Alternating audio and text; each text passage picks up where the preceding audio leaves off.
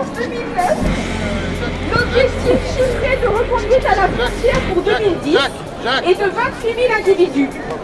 L'objectif chiffré d'interpellation des dents pour 2010 s'élève à 5 500 personnes. Si la solidarité devient un délit, nous demandons à être poursuivis pour ce délit. Aujourd'hui en France, il est devenu criminel d'accueillir, d'accompagner ou seulement d'aider une personne en situation irrégulière. Le 18 février 2009, à 7h45, une bénévole d'une association est placée en garde à vue. Il lui est reproché d'avoir aidé des personnes en situation irrégulière, notamment en rechargeant leur téléphone portable, en donnant de la nourriture et des habits aux migrants présents dans la région de Calais.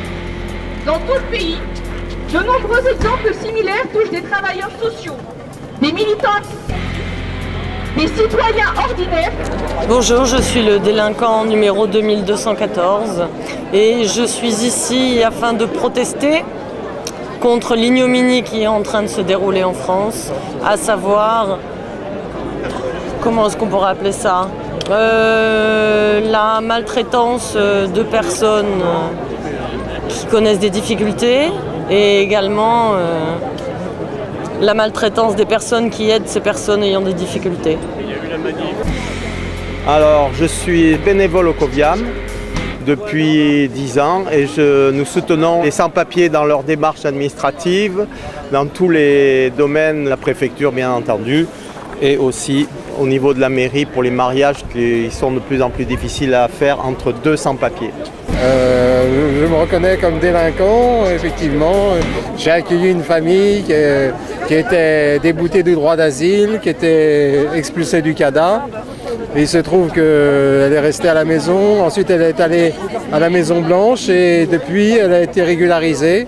Donc on a reconnu qu'effectivement, ces gens-là risquaient leur vie en retournant en Tchétchénie. Donc on a bien fait. Je suis content d'avoir enfreint la loi. Et je recommencerai.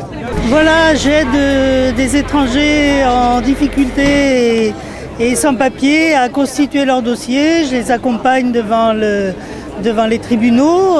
Parfois, je leur paye la lettre commandée au préfet qu'ils ne peuvent pas payer eux-mêmes. Voilà ce que je fais. Je fais ça très souvent. Voilà. Et ces gens sont mes amis et je suis contente de le faire pour eux.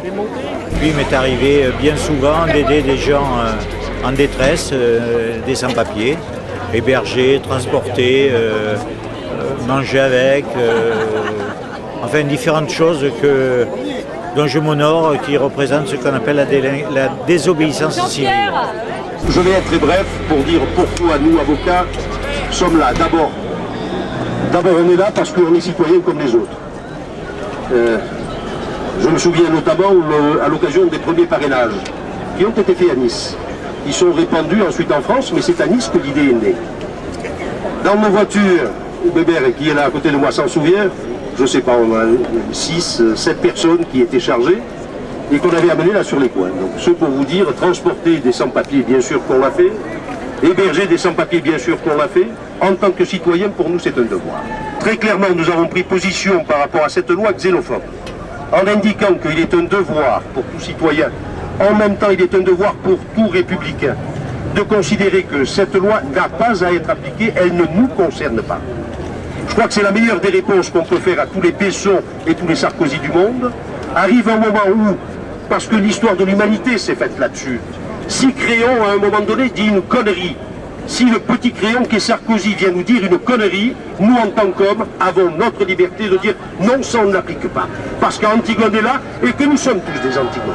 Je tiens à témoigner notre volonté, notre détermination à continuer l'action que nous menons depuis très longtemps, à savoir porter assistance aux plus démunis, quelle que soit leur provenance, leur origine, leur couleur de peau et leur religion.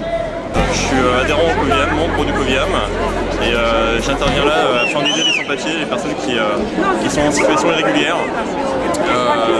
Ça me semble être une évidence, vu qu'il s'agit pour la plupart de personnes dont on ne respecte ni les droits humains les plus essentiels. l'immigration a toujours été utilisée comme en matière de bouc émissaire. Là, c'est une tendance qui est en train de s'accentuer en ce moment et ça me semble nécessaire de combattre ce phénomène et surtout de conforter les personnes qui aident les sans-papiers aussi bien que les personnes qui sont dans cette situation de détresse. Alors je me déclare en infraction de la loi puisqu'il m'est arrivé d'aider des pauvres gens, des familles sans papier, mais je ne leur ai jamais demandé leur papier lorsqu'ils m'ont demandé de l'aide.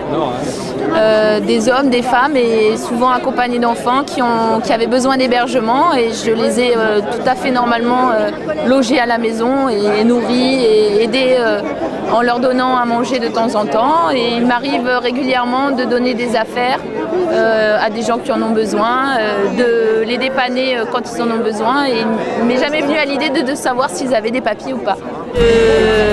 J'ai aidé une famille sans papier. J'ai aidé une petite fille à avoir du matériel scolaire, un petit garçon à pouvoir aller au football, à être inscrit à la cantine pour être avec les autres. Je les ai emmenés chez le docteur et je trouve que c'est vraiment le minimum que chaque citoyen et citoyenne puisse faire. Et j'espère qu'on est nombreux et nombreuses à faire ça. Je viens témoigner en tant que directrice d'école maternelle, mais en tant que femme, en tant que citoyenne, en tant que mère et grand-mère. Donc moi, ce qui m'a touchée le plus, c'est lorsque j'ai reçu une famille en particulier dans mon école et que le matin, quand elle accompagnait son enfant de 3 ans et qui ne voulait pas la lâcher, qui pleurait beaucoup d'ailleurs, et qu'elle repartait avec l'autre enfant qui devait avoir 14 mois à ce moment-là. Et quand j'ai appris donc qu'elle partait, et pour ne pas déranger les personnes qui l'accueillaient le soir, elle restait toute la journée à tourner dans les jardins, à se promener avec sa poussette. Et j'ai trouvé ça insupportable. Insupportable pour l'enfant, insupportable pour la mère, et insupportable pour nous de la regarder comme ça sans pouvoir l'aider.